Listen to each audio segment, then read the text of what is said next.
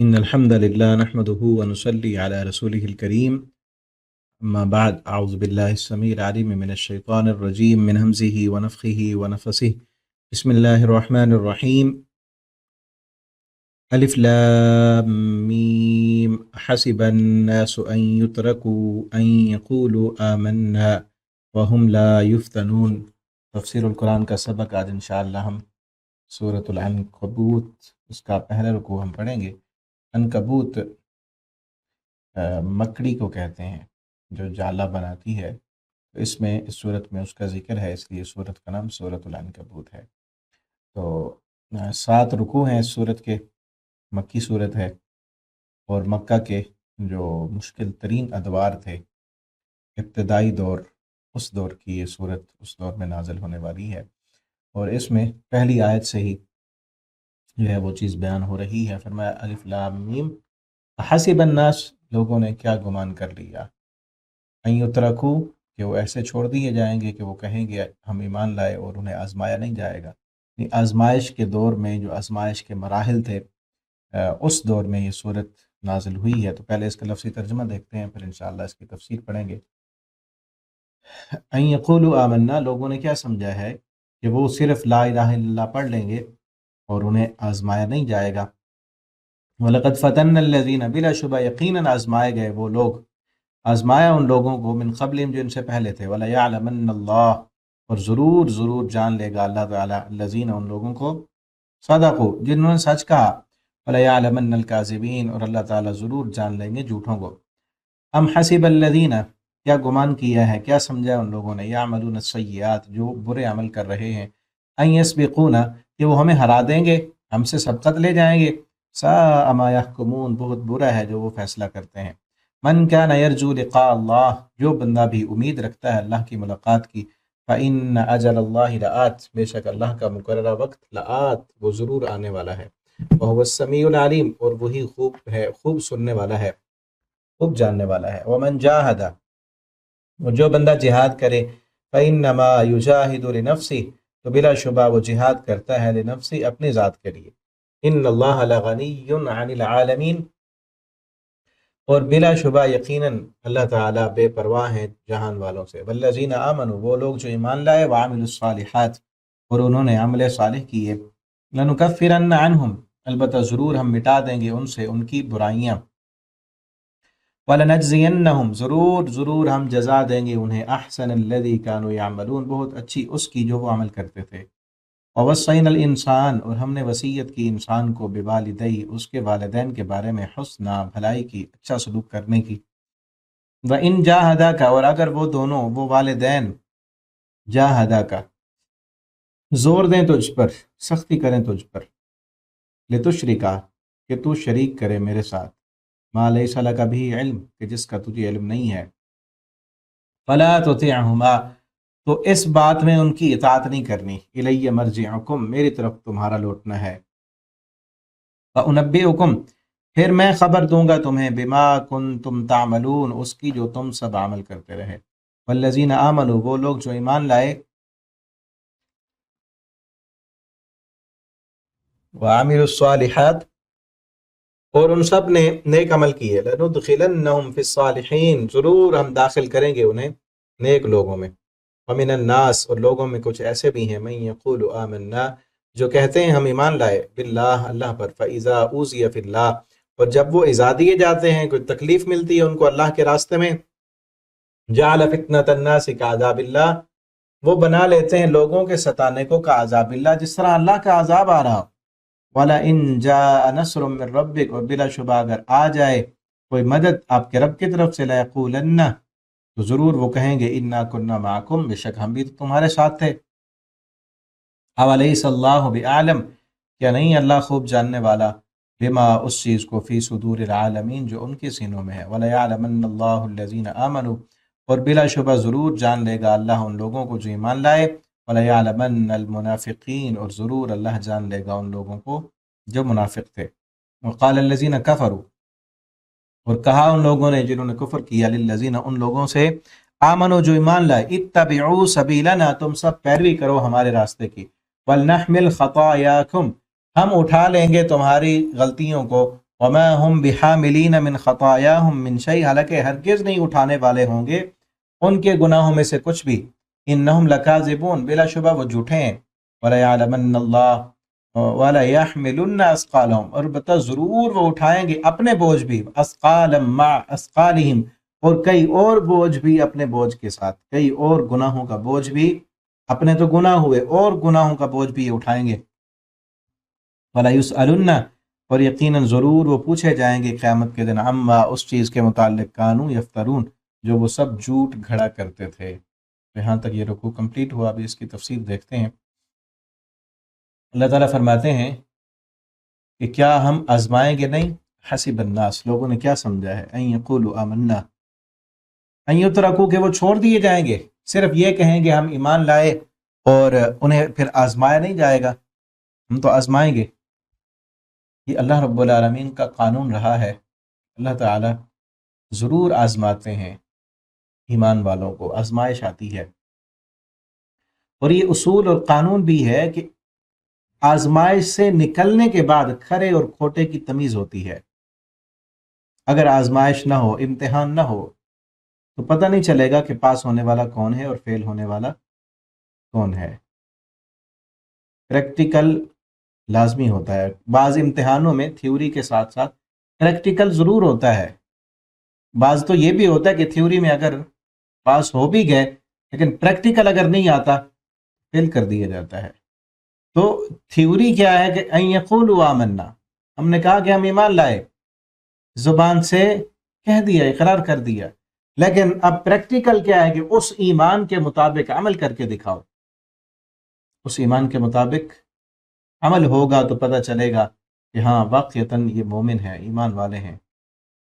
ٹھیک ہے نا. اور جس قدر دین اسلام کو ماننے والوں کا امتحان لیا گیا ہے نا، شاید اتنا کسی اور کا نہیں لیا گیا جتنا محمد الرسول اللہ صلی اللہ علیہ وسلم کے ماننے والے، آپ کے کلمہ پڑھنے والوں کو جس قدر امتحانات سے گزرنا پڑا. اس دور میں جب یہ صورت نازل ہوئی، مکی دور میں، جتنا ان کو ستایا گیا، جتنا ان پر مظالم ڈھائے گئے، کہیں اور ایسا نہیں تھا. ٹھیک ہے نا. حالات اور کیفیت یہ ہوتی تھی کہ صحابہ کے پاس کھانے کے لیے کچھ نہیں ہے، پینے کے لیے کچھ نہیں ہے، کسی کو بھوکا رکھا جا رہا ہے، کسی کو قید میں بند کیا جا رہا ہے، کسی کو تپتے ہوئی ریت پر. حضرت بلال رضی اللہ تعالیٰ عنہ، آپ نے واقعات سنے ہیں. آپ ایک کتاب میں نے شاید پہلے بھی اس کا ذکر کیا ہے، حیات صحابہ کے درخشاں پہلو، اس کو پڑھیں. حیات صحابیات کے درخشاں پہلو، کہ کس طرح آزمائشوں کی چکی میں ان کو پیسا گیا. حضرت خباب بن ارت رضی اللہ تعالیٰ عنہ، ان کے بارے میں آتا ہے کہ ام عمار وہ ان کے غلام تھے. اور شروع میں جو اسلام قبول کرنے والے اکثر غلام تھے، ان میں حضرت سمیہ رضی اللہ تعالیٰ عنہ، حضرت عمار بن یاسر رضی اللہ تعالیٰ عنہ، اور حضرت ان کے بیٹے، حضرت سمیہ کے بیٹے. تو حضرت سمیہ کے بیٹے عمار اور ان کے سمیہ کے شوہر، پورا خاندان ابو جہل کا غلام ہے. اور ابو جہل نے حضرت سمیہ رضی اللہ تعالیٰ عنہ کو جسم کے کپڑے اتار دیے اور دو اونٹوں کو درمیان میں ان کو باندھ دیا. ایک اونٹ کا درمیان، ایک اونٹ کا منہ مشرق کی طرف، دوسرا مغرب کی طرف، مخالف سمت میں دو اونٹ کھڑے کر دیے اور دونوں اونٹوں کے ساتھ رسیاں باندھ کر، دونوں رسیاں حضرت سمیہ رضی اللہ تعالی عنہا کے دو ٹانگوں پر باندھ دی. مخالف سمت میں اونٹ کھڑے ہیں، درمیان میں سمیہ رضی اللہ تعالی عنہا پڑی ہیں، اور ابو جہل کہتا ہے کہ چھوڑ دے اسلام، ورنہ تجھے پتہ ہے کہ کیا ہونے والا ہے. یہ اونٹ چلیں گے اور تیرے جسم کے جو ہے دو ٹکڑے ہو جائیں گے، چیر کے رکھ دیا جائے گا، اور کہہ دے محمد الرسول اللہ صلی اللہ علیہ وسلم کا دین سچا دین نہیں ہے. سمیہ رضی اللہ تعالیٰ عنہ، کس قدر امتحان ہے. پھر اس نے نیزہ اٹھایا، جسم پر جو ہے وہ نیزہ مارا، جسم کے نازک حصوں میں نیزہ مارا. تکلیف میں ہے، خون کے فوارے پھوٹ رہے ہیں، لیکن اس وقت میں بھی اسلام کے متعلق کسی قسم کی کوئی غلط بات نہیں کی. ابو جہل کو غصہ آیا، اس نے جو ہے اونٹ چلا دیے. حضرت سمیہ رضی اللہ تعالیٰ عنہ کے جسم کے دو ٹکڑے ہو گئے، جسم چیر دیا گیا درمیان سے. کتنی تکلیف ہے، آپ تصور کریں. کس قدر آزمائش ہے. اسی طرح ایک اور حضرت زنیرہ رضی اللہ تعالیٰ عنہ، اس کو ابو جہل نے تپتی ہوئی سلاخیں، لوہے کی سلائیاں تپا کر آگ میں اس کی آنکھوں میں پھیر دیں. سلائیاں آنکھوں میں پھیری تو آنکھیں پگھل کر پانی بن کے نیچے گر گئیں. حضرت بلال رضی اللہ تعالیٰ عنہ کو ایک دن حضرت عمر رضی اللہ تعالیٰ عنہ نے کہا تھا، بلال مجھے وہ کمر تو دکھانا، مجھے وہ کمر دکھا کہ جس پر جو تیرا جو مالک تھا وہ تجھے آگ پہ لٹا دیا کرتا تھا، وہ کمر تو دکھا، اس کا حال کیا ہے. تو حضرت بلال رو پڑے، کہا کہ میں نے یہ تکلیفیں، یہ آزمائشیں اللہ کے لیے صحیح ہیں، اور میں نے آج تک اپنی اس کمر کو اپنی بیوی کو بھی نہیں دکھایا ہے. آپ امیر المومنین ہیں، آپ کا حکم ہے. حضرت عمر نے بار بار اصرار کیا کہ آپ امیر المومنین، آپ کا حکم ہے، میں خلاف ورزی نہیں کر سکتا، ورنہ یہ اللہ کے لیے میں نے جو تکلیفیں صحیح ہیں اسلام کے لیے اور اللہ کی توحید کے لیے، میں نے کسی کو دکھائی تک نہیں ہے آج تک بھی. حضرت عمر نے جب کمر دیکھی تو کمر پر کوئی گوشت نہیں تھا. حضرت عمر جیسے جری انسان کی ہوئی چیخیں نکل گئیں، پوری کمر ہڈیوں کا ڈھانچہ بن چکی تھی. حضرت بلال رو پڑے اور کہا، عمر مجھے تپتے ہوئے کوئلوں پہ، انگاروں پہ لٹایا جاتا تھا، انگارے میرے جسم کی چربی کو جلاتے پگھلاتے، وہاں سے خون نکلتا، پیپ نکلتی، وہ خون اور پیپ جب نکلتی اور وہ انگاروں پہ پڑتی تو اس خون اور پیپ کی وجہ سے انگارے بجھ جاتے، تب جا کے مجھے کچھ سکون ملتا تھا. کتنی تکلیفیں ہیں. اور پھر اس وقت بھی حضرت بلال آگ کے انگاروں پہ لیٹ کر احد احد کہا کرتے تھے. ان کا مالک ان کو کہتا، بلال اب تو چھوڑ دے کلمہ. بلال اس وقت بھی کہتے، احد، اللہ احد، اللہ احد. کس قدر تکلیفیں ہیں، کس قدر تکلیفیں ہیں اور امتحانات ہیں، ہم نے تو دیکھے ہی نہیں. ٹھیک ہے نا. اور یہ آزمائشوں سے نکلے تو پتا چلا نا کہ کون سچا مومن ہے، کون کھرا ہے اور کون کھوٹا ہے، کس کا ایمان کا لیول کتنا ہے. اللہ نے ایسے نہیں ان کو کہہ دیا رضی اللہ عنہم ورضوا عنہ، اللہ نے سرٹیفکیٹ دے دیے. چلتے زمین پر تھے، یہی حضرت بلال چلتے زمین پر ہیں، اتنی تکلیفیں اور برداشت کی ہیں نا. نبی کریم صلی اللہ علیہ وسلم فرماتے ہیں، بلال جب بھی میں جنت میں گیا ہوں، جنت میں میرے قدموں سے کے آگے، میرے آگے آگے تیرے قدموں کے چلنے کی آہٹ مجھے سنائی دیتی ہے. میں نے پوچھا یہ کون ہے، مجھے بتایا گیا کہ آپ کے جو صحابی ہیں حضرت بلال، یہ ان کے چلنے کی آواز ہے. اللہ نے جنت میں بھی آگے کر دیا. کتنا شان ہے، یہ ایسے تھوڑی مل گیا. اور غزوہ بدر میں 313، اب دیکھیں 313 ہیں، کھانے کو کچھ نہیں ہے، بھوکے ہیں، بخار آئے ہوئے ہیں، اور بوڑھے اور بچے سب ملا کے 313 بنے.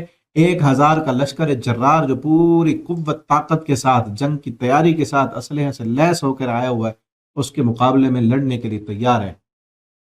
اور کہتے کیا ہیں، نبی کریم صلی اللہ علیہ وسلم سے کہتے ہیں، اللہ کے پیغمبر ہم وہ موسیٰ علیہ السلام کی قوم نہیں ہے جنہوں نے کہا تھا فَاذْهَبْ أَنْتَ وَرَبُّكَ فَقَاتِلَا إِنَّا هَاهُنَا قَاعِدُونَ، کہ موسیٰ آپ جاؤ، آپ کا رب جائے اور جا کے لڑو، ہم آپ کے ساتھی ہیں.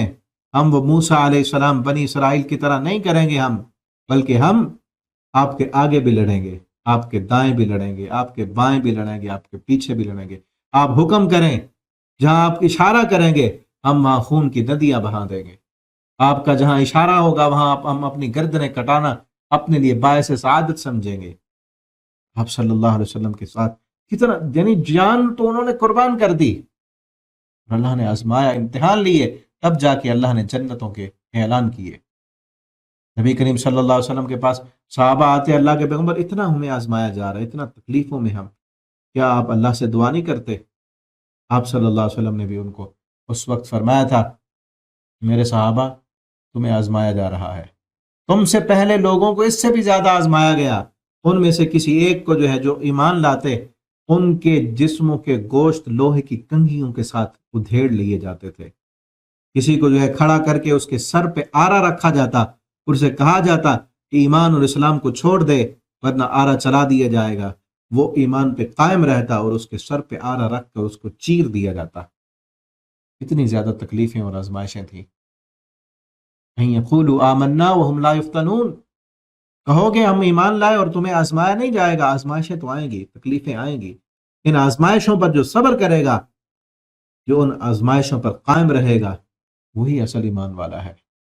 یعنی کہ تھوڑی سی تکلیف آئے اور چھوڑ دیں اسلام کو، یہ شروع دور میں جو ہے یہ تکلیفیں تھیں، یہ آزمائشیں تھیں، ٹھیک ہے نا، اور پھر اسلام کو جب قوت مل گئی، جب طاقت مل گئی، پھر یہ تکلیفیں اور آزمائشوں کا دور چھٹ گیا، وہ دور ختم ہو گیا۔ کافی عرصے تک جب اسلام جو ہے غالب رہا، اسلام کی حکومت رہی، اس قسم کی آزمائشیں نہیں آئیں پھر۔ لیکن پھر آج جس دور میں ہم زندگی گزار رہے ہیں، اور بلکہ اس سے بھی کچھ 1400 سال گزر چکے ہیں، اب تو اسلام کی حکومت تو بہت کم عرصہ رہی ہے، اسلام سر بلند بہت کم عرصہ رہا ہے۔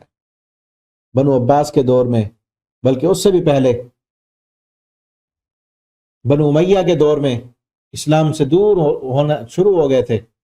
بنو امیہ کے دور میں کافی فتوحات تو رہی ہیں، لیکن آہستہ آہستہ مسلمانوں میں جو اصل اسلام تھا، جو دلوں میں جو عمل تھا، جو ایمان تھا، وہ کم ہوتا چلا گیا، اور مسلمان جو ہے دنیا کی محبت میں پڑھتے گئے، مال کی محبت آ گئی، دلوں میں جو ہے وہ شہوتیں اور عیاشیاں اور اللہ کی نافرمانی اور بغاوتوں میں چلتے چلے گئے۔ اور آج جس دور میں ہم زندگی گزار رہے ہیں، اس دور میں بھی اسلام پہ چلنا اسی طرح مشکل ہے جس طرح اس وقت اول دور میں مشکل تھا۔ آج بھی جو انسان چاہے اپنے مسلمان ساتھیوں کو، بھائیوں کو اصل اسلام کی جب دعوت دیتا ہے، جو اسلام کی روح کی بات کرتا ہے، جب اس اصل اسلام کو اپنے اوپر نافذ کرنے کی اور اپنے معاشرے میں پھیلانے کی جب دعوت دیتا ہے، تو مخالفتیں آتی ہیں سامنے سے، اسی طرح کی تکلیفیں اور آزمائشیں ان کا سامنا کرنا پڑتا ہے، مخالفت ہوتی ہے، کیونکہ صرف نام کے مسلمان رہ گئے ہیں نا اب ہم۔ وہ کیا کہتے ہیں، بس تم نئے مسلمان ہو گئے، کیا ہم غلط تھے؟ ہمارے باپ دادا غلط تھے، وہ ساری چیزیں ٹھیک نہیں تھی، تم ایک نیا مذہب لے کر، ایک نیا فلسفہ لے کر آ گئے ہو، تم نے زیادہ پڑھ لیا۔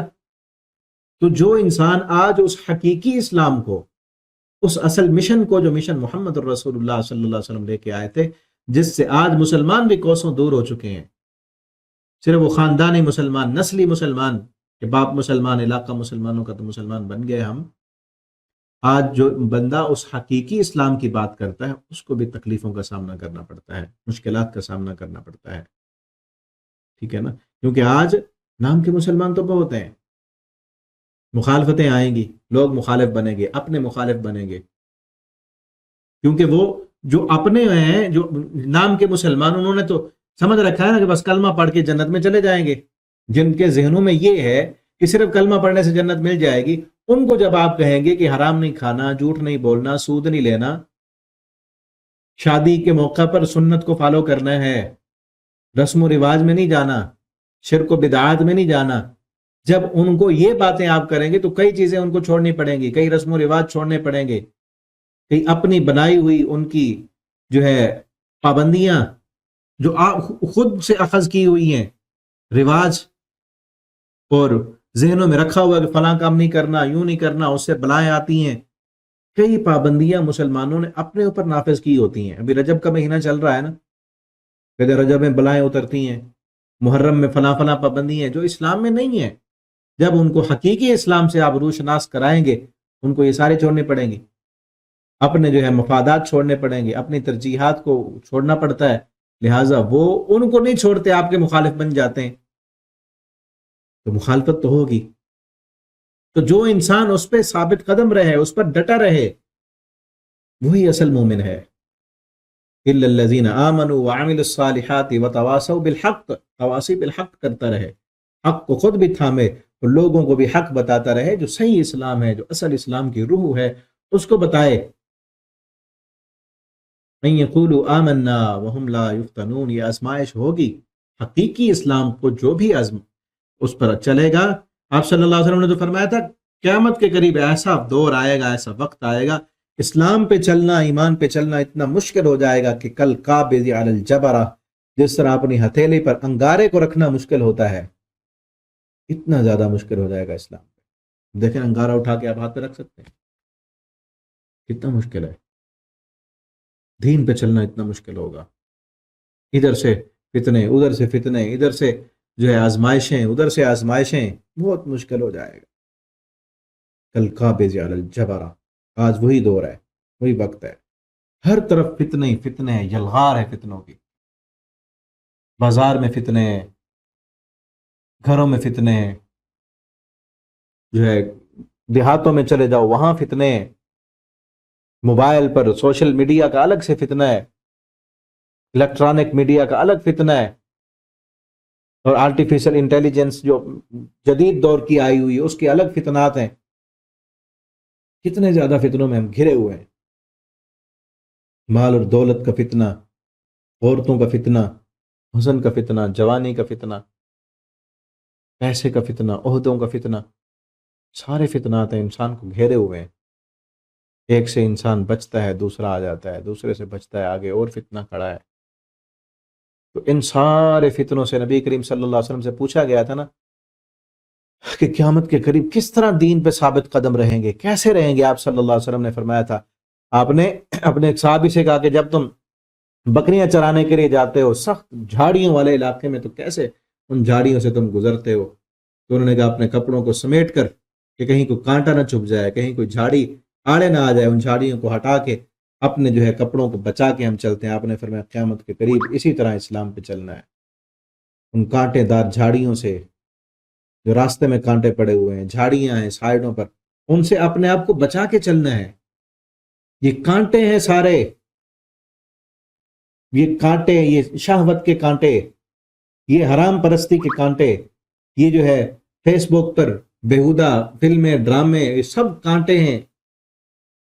یہ چاہے خوبصورت لگتے ہیں، یہ دنیا بڑی، آپ صلی اللہ علیہ وسلم نے فرمایا دنیا جو ہے وہ سرسبز ہے، شاداب ہے، بڑی میٹھی ہے، یہ انسان کو اپنی طرف کھینچتی ہے، لیکن جو اس سے بچے گا، جو اس سے بچ جائے گا، جو اس دنیا کے فتنے میں نہیں پڑے گا، آخرت اسی کے لیے ہے۔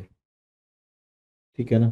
اللہ تعالی ہمیں ان آزمائشوں سے، ان جو امتحانات ہیں، اللہ تعالیٰ اس میں ہمیں سرخرو کر دیں۔ اور پھر صبر کے نا 3 درجے ہیں، 3 کیٹیگریز ہیں۔ جو امتحان ہے، جو صبر ہے، یعنی جو آزمانا ہے، صبر ہے نا، اس کے 3 مراحل ہیں۔ پہلا کم درجہ ہے، دوسرا درمیان کا ہے، اور تیسرا اعلیٰ درجے کا امتحان ہے۔ اس پر صبر کرنے والے کے لیے جو ہے اجر بھی بہت بڑا ہے۔ پہلا صبر کیا ہے؟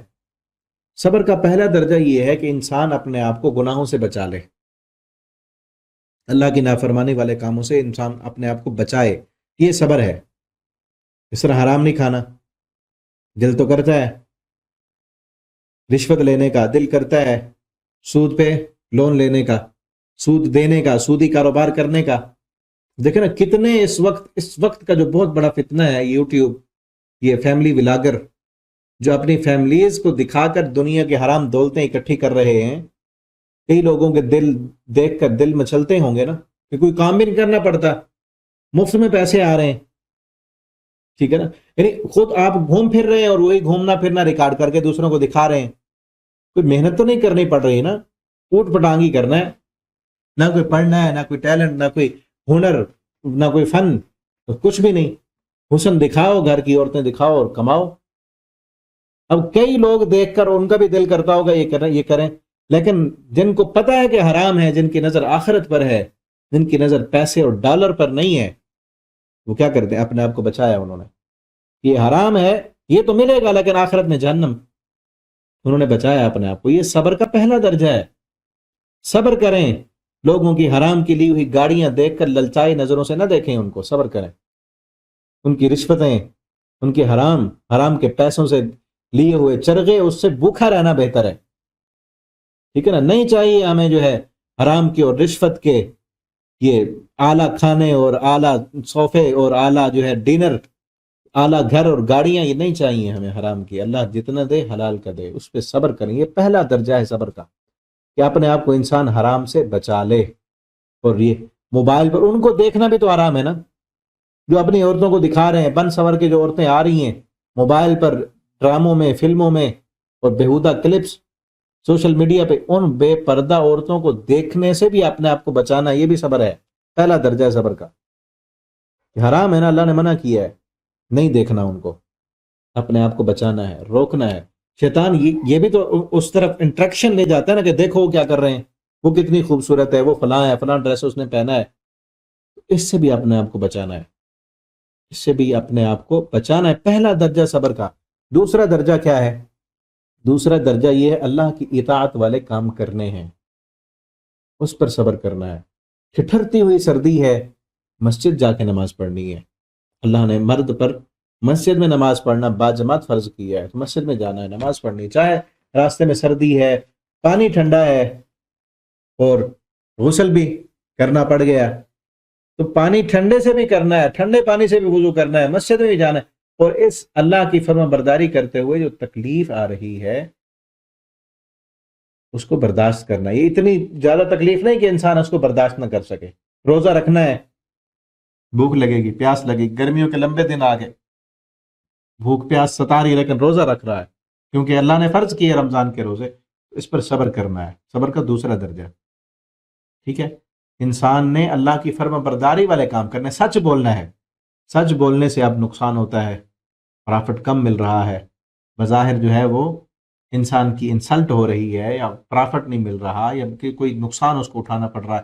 سچ بولنے، لیکن سچ بولنا ہے، اس نے وہ نقصان برداشت کرنا ہے، وہ نقصان برداشت کر لینا ہے، لیکن سچ بولنا ہے کیونکہ اللہ نے جھوٹ بولنے سے منع کیا. جھوٹ بولنا حرام ہے، سود نہیں لینا، رشوت نہیں لینی، حرام نہیں کھانا، سچ بولنا ہے، نماز پڑھنی ہے، دینداری اور اعلیٰ اخلاق جو ہے وہ رکھنا ہے، لوگوں کے ساتھ تعلقات بحال رکھنے ہیں. جس نے گالی دی ہے گالی کا جواب گالی سے نہیں دینا، جس نے آپ کو اگنور کیا، اپنی دعوت پہ نہیں بلایا، رشتہ توڑ دیا، آپ نے اس کے ساتھ صلہ رحمی کرنی ہے، رشتہ جوڑ کے رکھنا ہے کیونکہ اللہ کا حکم ہے.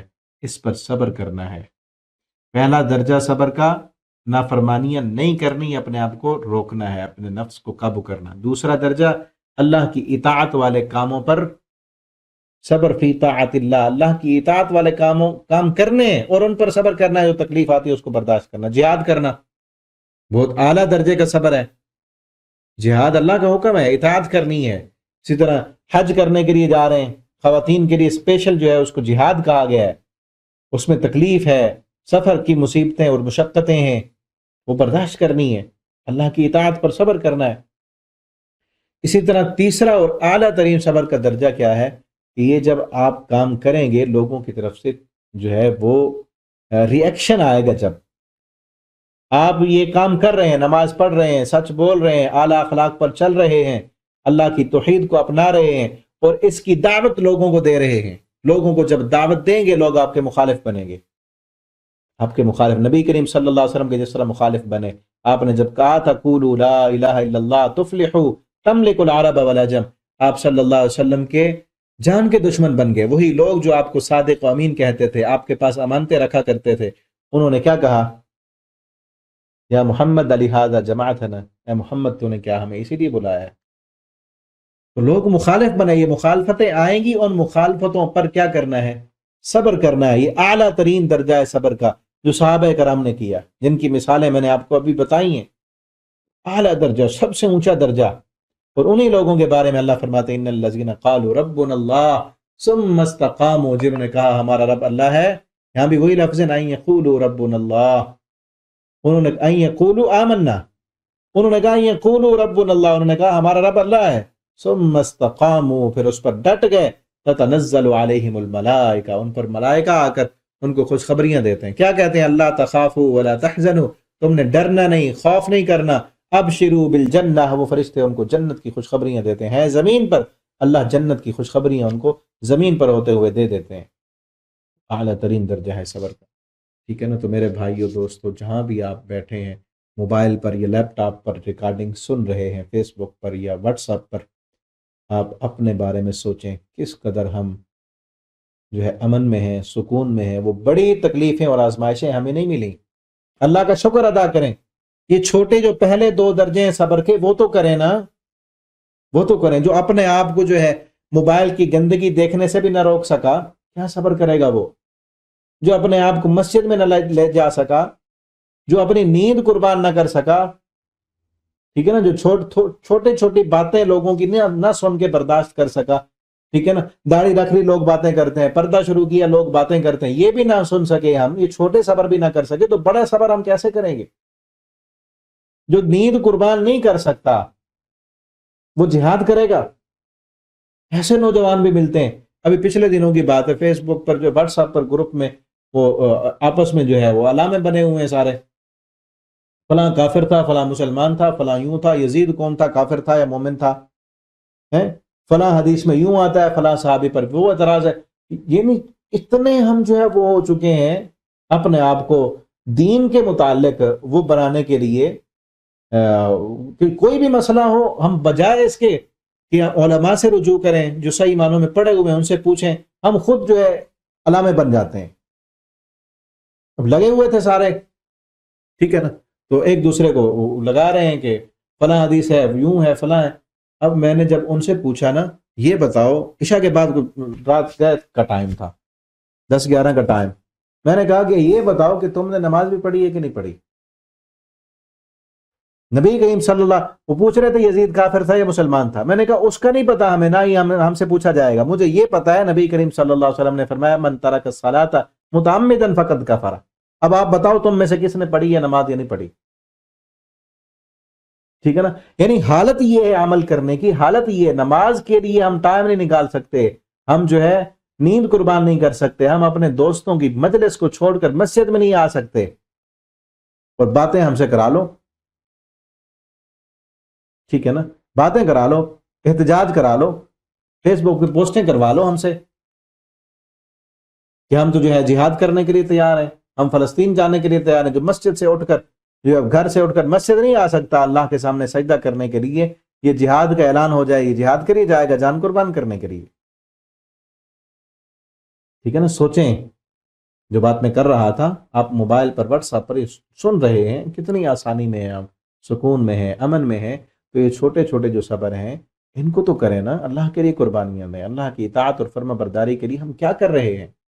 ہم کتنا وقت دے رہے ہیں قرآن سیکھنے کے لیے، قرآن کا پیغام آگے پہنچانے کے لیے؟ کتنی لوگوں کی باتیں سن رہے ہیں، کتنا اپنا ذہن کھپا رہے ہیں، کتنا اپنا مال اور پیسہ اللہ کے راستے میں ہم خرچ کر رہے ہیں. کیا کچھ کیا ہے ہم نے؟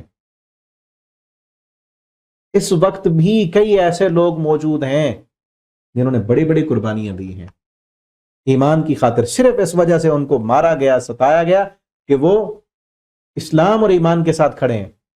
آپ نے پچھلے دنوں نہیں دیکھے جو شام کی جیلیں جو کھلی ہیں، اللہ نے فتح دی، مجاہدین کو وہاں پہنچے، انہوں نے جو جیلیں کھولی ان سے ایسے دل دہلا دینے والی جو ہے خبریں آئی ہیں، آپ نے دیکھی ہوں گی میڈیا پر. ایسی ایسی خبریں آئیں کہ 40-40 سال تک بندے اس جیل میں رہے، زمین دوز جیلیں، جنہوں نے 40-40 سال تک جو ہے وہ سورج کی روشنی نہیں دیکھی. وہاں پہ عورتیں بھی تھیں، ان کے ساتھ جو ہے ظلم کیا گیا، زیادتیاں کی گئی ان کے ساتھ، ان کے بچے وہاں ہوئے 5 سال کے، 6 سال کے، 10 سال کے. انہوں نے پوری زندگی 6 سال زمین کے نیچے گزارے. 10 سال کا کوئی ہے تو زمین کے نیچے اس بچے نے 10 سال گزارے، آج تک اس نے سورج کی روشنی بھی نہیں دیکھی. 10 سالوں کے بعد اب وہ زندگی میں پہلی مرتبہ سورج کی روشنی دیکھ رہا ہے، یہ درخت دیکھ رہا ہے، یہ ہریالی دیکھ رہا ہے. کتنا بڑا ظلم ہے، کتنا بڑا ظلم. کس لیے ان کو قیدوں میں رکھا گیا؟ کیوں ان کو ستایا گیا؟ کتنے بڑے ظالم ہیں وہ. اور یہ آزمائش ہے نا، ان کے لیے تو آزمائش ہے. یقولوا آمنا، صرف اس لیے کہ وہ حقیقی معنوں میں ایمان والے ہیں، وہ مسلمان ہیں، وہ کہتے ہیں کہ ہمارا اللہ ایک الہ ہے، اللہ ہمارا رب ہے، محمد الرسول اللہ صلی اللہ علیہ وسلم اس کے آخری رسول ہیں. وہ صحابہ کی عظمت پر کٹ مرنے والے ہیں، وہ وہی ایمان رکھتے ہیں جو ایمان محمد الرسول اللہ کے صحابہ کا تھا. وہ صحابہ کو گالیاں دینے والے نہیں ہیں، وہ صحابہ کو برا بھلا کہنے والے نہیں ہیں، وہ ان کے لیے دعائیں کرنے والے ہیں. اس لیے ان کو مارا گیا ہے، ستایا گیا ہے، پیٹا گیا ہے. اور کئی وہاں روزانہ جو ہے کئی بندوں کو پھانسیاں دی جاتی تھیں، کئی جو ہے وہ انسانی ڈھانچے ملے ہیں وہاں پہ. کس طرح کی وہاں پہ عذاب ان کو ستایا گیا. اب دیکھیں نا، ایک تو اس دور میں جب ایمان لائے تھے ان کو ستایا گیا تھا، اس طرح کی اب بھی واقعات موجود ہیں. اور اب بھی ایسے کئی لوگ موجود ہیں، کئی کافروں کی جیلوں میں پڑے ہوئے ہیں. ہمارے پاکستان کی جو ہے عافیہ صدیقی، اللہ تعالیٰ ان کو رہائی عطا کریں، کتنے سال ہو گئے ہیں، کس قدر ظلم اور بربریت میں ہیں. ابھی پچھلے سال غالباً اس سے پچھلے سال وہ گئے تھے نا ہمارے سینیٹر مشتاق احمد صاحب، وہ کہہ رہے تھے کہ مجھے، بلکہ ان کی بہن فوزیہ صدیقی جو انہوں نے تحریک بھی چلائی ہوئی، وہ کہتی ہے میں جب ملی تو مجھے میری بہن کہتی ہے مجھے اس جہنم سے نکالو باہر، یہ جیل نہیں یہ جہنم ہے، اس قدر ظلم ڈھایا جا رہا ہے۔ ٹھیک ہے نا، تو یہ کیا ہے؟ آزمائشیں ہیں، تکلیفیں ہیں، امتحان ہے۔ ایمان والے کے لیے تو امتحان ہے، صبر کرے گا تو آگے جنت ہے ان کے لیے، صبر کرے گا جنت ہے۔ یقولوا آمنا، تو اللہ سے ہم تو ایک یہ دعا کریں جس طرح سورہ بقرہ کی آخری آیتیں ہیں نا، ربنا ولا تحمل علینا اسرا کما حملت، اللہ ہمارے اوپر ایسے بوجھ نہ ڈالنا، ان امتحانوں میں نہ ڈالنا اللہ جن کو ہم برداشت کرنے کی طاقت نہ رکھتے ہوں۔ ٹھیک ہے نا، یہ چھوٹی چھوٹی قربانیاں، مال کی قربانی، وقت کی قربانی، صلاحیت کی قربانی، نیند کی قربانی، یہ خندہ پیشانی سے اللہ کے راستے میں جو ہے وہ دیتے رہیں، اور اللہ سے دعا کرتے رہیں کہ اللہ تعالیٰ ہمیں ان امتحانوں میں اور آزمائشوں میں نہ ڈالنا کہ جن کی ہم طاقت نہ رکھتے ہوں۔ ٹھیک ہے نا، آگے فرمائے وَلَقَدْ فَتَنَّ الَّذِينَ، ضرور آزمائے گئے وہ لوگ جو تم سے پہلے تھے، ضرور تاکہ جان لے، فَلَيَعْلَمَنَّ الَّذِينَ صَدَقُوا، اللہ جان لے کہ سچے کون ہیں اور جھوٹے کون ہیں، تاکہ منافق الگ ہو جائیں اور مومن الگ ہو جائیں۔ ہم دیکھیں نا، ہم بھی تو آزماتے ہیں نا، کوئی بھی چیز خریدنی ہو چیک کرتے ہیں، ایک مٹی کا برتن لینا ہو تو اسے بھی ٹھکور کر کہ کہیں ایسے پانی گرنے نہ لگ جائے، اسے بھی چیک کر کے لیتے ہیں۔ اللہ تعالیٰ ایسے جنت دے دیں گے، اتنی بڑی نعمت اور انعام۔ ٹھیک ہے نا، اور یہاں ایک سوال یہ بھی پیدا ہوتا ہے کہ کیا اللہ تعالیٰ کو نہیں پتا؟ اللہ کو تو پتہ ہے پہلے سے، اللہ تعالیٰ کو کیا ضرورت ہے آزمانے کی؟ تو اس کا جواب یہ ہے، اللہ تعالیٰ کو پتہ ہے کہ کون پکا مومن ہے، کون امتحان میں پاس ہونے والا ہے اور کون فیل ہونے والا ہے، اللہ کو پتہ ہے۔ لیکن اللہ تعالیٰ نے اپنے علم پر جزا اور سزا کو موقوف نہیں کیا ہے۔ اللہ کا علم ہے کہ کون سچا ہے کون جھوٹا ہے، اللہ تعالیٰ کا علم ہے کہ کون کامیاب ہونے والا ہے کون ناکام ہونے والا ہے، لیکن اللہ نے جو جزا اور سزا دینی ہے وہ اپنے علم پر نہیں دینی، بلکہ انسان کو کرنے کا موقع فراہم کیا ہے، انسان کو اس امتحان میں رکھا ہے، جس طرح دنیا دار الامتحان ہے، اس امتحان میں ڈالا ہے تاکہ اس کے بعد ایک تو حجت تمام ہو جائے، اور اللہ تعالیٰ کا جو قانون ہے کہ انسان کو موقع فراہم کرنے کے بعد جزا اور سزا دینی، وہ موقع بھی مل جائے، اور کل کو کوئی انسان یہ نہ کہے کہ اللہ مجھے تو آپ نے موقع ہی نہیں دیا۔ ٹھیک ہے نا، موقع ہی نہیں دیا۔ تو اللہ تعالیٰ نے اپنے علم پر جزا اور سزا نہیں رکھی، اللہ کا علم ہے، اللہ کو پتہ ہے، اور پھر انسان بھی جان لے کہ کون ہم میں سچے ہیں اور کون ہم میں جھوٹے ہیں، منافق ہیں، کون ہم میں جو ہے اللہ کے ساتھ مخلص نہیں ہے۔ ٹھیک ہے نا، تو اللہ تعالیٰ نے اپنے علم پر جزا اور سزا نہیں رکھی، بلکہ انسان کو موقع فراہم کیا ہے کہ یہ امتحان ہے، اس سے گزرو۔ ام حسب الذین یعملون السیئات، کیا گمان کیا، کیا سمجھ رکھا ان لوگوں نے جنہوں نے گناہ کیے، جنہوں نے اللہ کی نافرمانی کی، اللہ فرماتے ہیں کیا وہ ہم سے جیت جائیں گے؟ اور آگے فرمایا من کان یرجو، جو بھی بندہ اللہ سے امید رکھتا ہے نا کہ اللہ، من کان یرجو لقاء اللہ، اللہ کی ملاقات کی امید رکھتا ہے اور اس کے لیے نیکیاں کرتا ہے، تو اللہ کی ملاقات کا وقت آنے والا ہے۔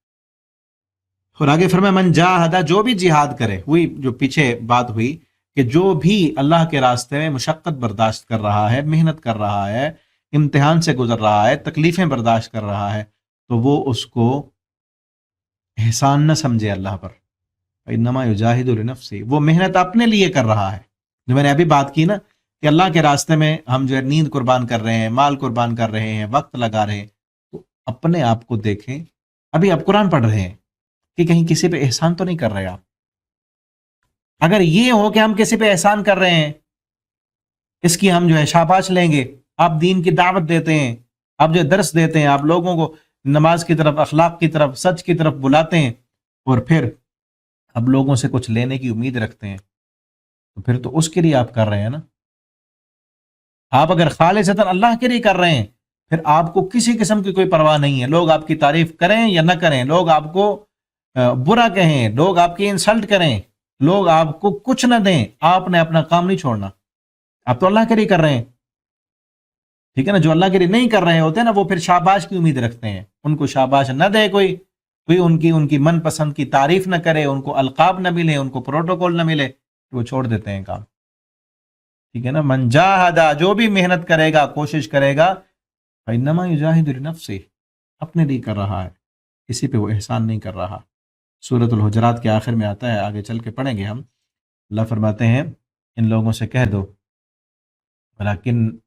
ولیکن من اللہ علیکم، اللہ نے تم پر احسان کیا ہے، تم یہ احسان نہ جتلاؤ کہ تم اسلام لائے، تم ایمان اور اسلام کی جو ہے خدمت کر رہے ہو، اسلام کے لیے لڑ رہے ہو، تمہارا احسان نہیں اللہ پر، اللہ کا احسان ہوا تم پر کہ اللہ نے تمہیں اپنے کام کے لیے چن لیا ہے، اللہ نے اپنے کام کے لیے چنا ہے، ورنہ اللہ کی مخلوق بہت زیادہ، تم جاؤ اللہ تعالیٰ اور بنا لیں گے، اللہ اور بندے لائیں گے تو اللہ کی محبت میں اللہ کی فرمان برداری کریں گے، احسان نہیں جتلائیں گے وہ، ٹھیک ہے نا۔ تو احسان جتلانے کے لیے یا دنیا والوں سے ریٹرن لینے کے لیے نہیں، بلکہ اللہ کو راضی کرنے کے لیے۔ اور جو لوگ ایمان لائے، اللہ فرماتے ہیں ہم ان کے جو چھوٹی نیکی ہیں، ان کو جو چھوٹے چھوٹے گناہ ہیں ہم ان کو ختم کر دیں گے اور ان کی نیکیوں کا انہیں ضرور بدلہ دیں گے۔ آگے والدین کے متعلق جو ہے وصیت کی اللہ نے کہ انسان کو اپنے والدین کے ساتھ حسن سلوک کرنا چاہیے، لیکن ایک بات یاد رکھنی چاہیے، اگر وہ کافر ہیں پھر بھی ان کے ساتھ اچھا سلوک کریں، لیکن اگر وہ کافر والدین آپ کو کفر کی طرف بلائیں تو پھر ان کی بات نہیں ماننی، وہ آپ کو شرک کی طرف بلائیں، اللہ کے ساتھ شریک کرنے کی دعوت دیں، پھر ان کی اطاعت نہیں کرنی، لیکن اس کے باوجود بھی ان کے ساتھ دنیاوی طور پر احسان کرتے رہنا ہے، ان کی نافرمانی باقی کاموں میں نہیں کرنی، ان کے ساتھ اچھا سلوک کرتے رہنا ہے، اور ان کے لیے دعا کرنی ہے ان کی زندگی میں تاکہ وہ اسلام کی طرف آ جائیں اور وہ کفر و شرک کو چھوڑ دیں، ٹھیک ہے نا۔ فلا تطعهما الی مرجعکم، اللہ فرماتے ہیں میری طرف لوٹ کے آنا ہے۔ اور وہ لوگ جو ایمان لائے اور نیک عمل کیے، اللہ فرماتے ہیں انہیں ہم نیک لوگوں میں داخل کر دیں گے۔ کچھ لوگ ایسے ہوتے ہیں اللہ کے راستے میں جو آتے ہیں، تھوڑی بہت ان کو کوئی تکلیف مل جائے، لوگوں کی باتیں تو سننی پڑتی ہیں نا، دین کے دائی آپ بنے ہیں اس دور میں، جو شروع میں نے بات کی کہ اب حقیقی دینداری سے لوگ بہت دور ہو چکے ہیں، صرف رسمی جو ہے نام کے مسلمان، ان کو جب آپ حقیقی اسلام کی طرف بلائیں گے، توحید کی طرف بلائیں گے، رسم و رواج چھوڑنے کی دعوت دیں گے اور کہیں گے ان کو کہ قرآن کو پڑھو اور جو اصل دین کی روح ہے اس کو پہچانو، لوگوں کی باتیں آئیں گی، لوگ کہیں گے کہ نیا بن گیا، پتہ نہیں کہاں سے پڑھ کے آ گیا، یہ اس کو پتہ نہیں کیا لگی ہوئی ہے، ہم سب غلط ہیں، ہمارے باپ دادا غلط تھے، وہ فلاں غلط تھے، ٹھیک ہے نا۔ تو ایسی باتیں سن کر جو حقیقی طور پر صحیح معنوں میں خود بھی اس کی تربیت نہیں ہوئی ہوتی، تو وہ ان لوگوں کی باتوں کو سمجھتا ہے کہ اللہ کی طرف سے امتحان آ گیا ہے، ٹھیک ہے نا، اللہ کا عذاب سمجھنے لگتا ہے ان باتوں کو، جبکہ وہ تو تھوڑی بہت باتیں ہیں، تھوڑی ابھی تو آزمائش کا پہلا مرحلہ ہے، تو وہ ان کو کیا سمجھتا ہے کہ عذاب اللہ، جس طرح اللہ کا عذاب ہو، وَلَئِن جَاءَ نَصْرٌ مِّن رَّبِّكَ، اللہ کی طرف سے مدد آئے تو وہ کہتے ہیں ہم تمہارے ساتھ تھے، اور اللہ فرماتے ہیں وَلَيَعْلَمَنَّ اللَّهُ الَّذِينَ آمَنُوا، ایمان والے بھی جان لیں گے، یعنی وہی اللہ تعالیٰ آزمائش میں ڈالتے ہیں، تو ایک تو اللہ تعالیٰ اپنے علم پر جزا اور سزا نہیں دیتے بلکہ بندے کو عمل سے گزارتے ہیں، اور دوسرا مومن بھی جان لیں گے کہ منافق کون ہے۔ مومنوں کو تو نہیں پتا، اللہ کو تو پتا ہے نا، اللہ کو تو پتا ہے کون مومن ہے کون منافق ہے، لیکن امتحان سے گزریں گے تو مومنوں کو بھی پتا چل جائے گا کون ہمارے ساتھ مخلص تھا اور کون منافق تھا۔ مسلمانوں میں کئی منافق ملے ہوئے تھے نا، لیکن جب امتحانوں سے گزرے، جب غزوات کی باری آئی، جب غزوہ احد غزوہ بدر کی باری آئی، منافق نکھر گئے، پتہ چل گیا کہ کون سچا نہیں ہے، کون ہمارے ساتھ جہاد کرنے کے لیے نہیں آتا، ٹھیک ہے نا۔ اور کچھ جو ہے کافر ایسے تھے جو مومنوں مسلمانوں سے کہتے تھے کہ تم جو ہے ہمارے ساتھ آؤ، اسلام کو چھوڑ دو، تمہیں جو گناہ ہوگا قیامت کے دن ہم اٹھائیں گے۔ اللہ نے فرمایا نہیں، یہ کبھی نہیں اٹھائیں گے تمہارے گناہ، بلکہ یہ اپنا گناہ بھی اٹھائیں گے اور اپنے ساتھ اور بھی کئی گناہ، یعنی ایک خود گناہ کرنے کا، اللہ کی نافرمانی کرنے کا وبال، اور دوسرا دوسروں کو اللہ کی نافرمانی پر لگانے کا وبال، اور بھی کئی وبال، اسقالم مع اسقالم، اپنا بوجھ بھی اٹھائیں گے، اپنے ساتھ دوسروں کا بوجھ بھی اٹھائیں گے۔ اور آج اسی طرح ہے نا کہ جو میڈیا کا دور ہے، پھیلایا جا رہا ہے گناہوں کو اور شیئر کیے جا رہے ہیں، ایک تو وہ گناہ کرنے والے اور دوسرا ان کے گناہ کو دیکھ کر گناہ سیکھنے والے۔ کسی نے فلم بنائی، اس کو بنانے کا گناہ، وہ بری ویڈیو، وہ گندی فاحشہ ویڈیو، اس کو بنانے کا گناہ، اور جتنے دیکھیں گے، اور ایک نے دیکھ کر آگے پھیلا دیا، وہ چلی چین جہاں جہاں تک جائے گی، آپ سٹیٹس پہ گانا لگا رہے ہیں، خود سن کر گناہ کمایا، اور جب دوسرے کو دکھایا، کتنے لوگ آپ کا سٹیٹس دیکھ رہے ہیں، پھر خوش ہو رہے ہوتے ہیں میرا سٹیٹس اتنے لوگوں نے دیکھ لیا، اور بھائی کیا لگایا ہوا تو نے، خود بھی گناہ گار ہو رہا ہے، دوسروں کو بھی گناہ گار کر رہا ہے، اور اس کا گناہ اس کو بھی ملے گا۔ اب یہ نہیں کہ اس کو نہیں ملے گا گناہ، اس کو بھی گناہ کرنے کا گناہ ملے گا، اور اس کو بھی جو آج کہہ رہا ہے نا کہ مجھے گناہ تو مجھے ملے گا نا، آ جاؤ، اسے بھی ملے گا، اور اس کا گناہ ختم نہیں ہوگا، جس نے گناہ کیا اس کو بھی ملے گا، اور جس نے اس کو گناہ سکھایا اس کو گناہ سکھانے کا بھی ملے گا اور کرنے کا بھی ملے گا، ٹھیک ہے نا۔ وَلَا يَحْمِلُنَّ أَثْقَالَهُمْ، اپنا بوجھ بھی اٹھائیں گے، اسقال اور کئی بوجھ اور بھی، کہ ان کی وجہ سے کئی لوگ اللہ کے باغی بنے، کئی لوگ اللہ کے راستے سے دور ہوئے، اور کئی لوگ شرک پر لگے، کئی لوگ گناہوں پر لگے، نافرمانی بغاوتوں پر لگے، ان سب کے گناہ بھی لیے اٹھائیں گے، اور قیامت کے دن ان سے ضرور پوچھا جائے گا کہ یہ جھوٹ گھڑتے رہے۔ اللہ تعالیٰ سے دعا ہے اللہ رب العالمین ہمیں قرآن پڑھنے سمجھنے اس کے مطابق اپنا عقیدہ عمل بنانے کی توفیق دیں۔ بارک اللہ لی ولکم فی القرآن العظیم ونفعنی وإیاکم فی الآیات والذکر الحکیم۔ السلام علیکم ورحمۃ اللہ وبرکاتہ۔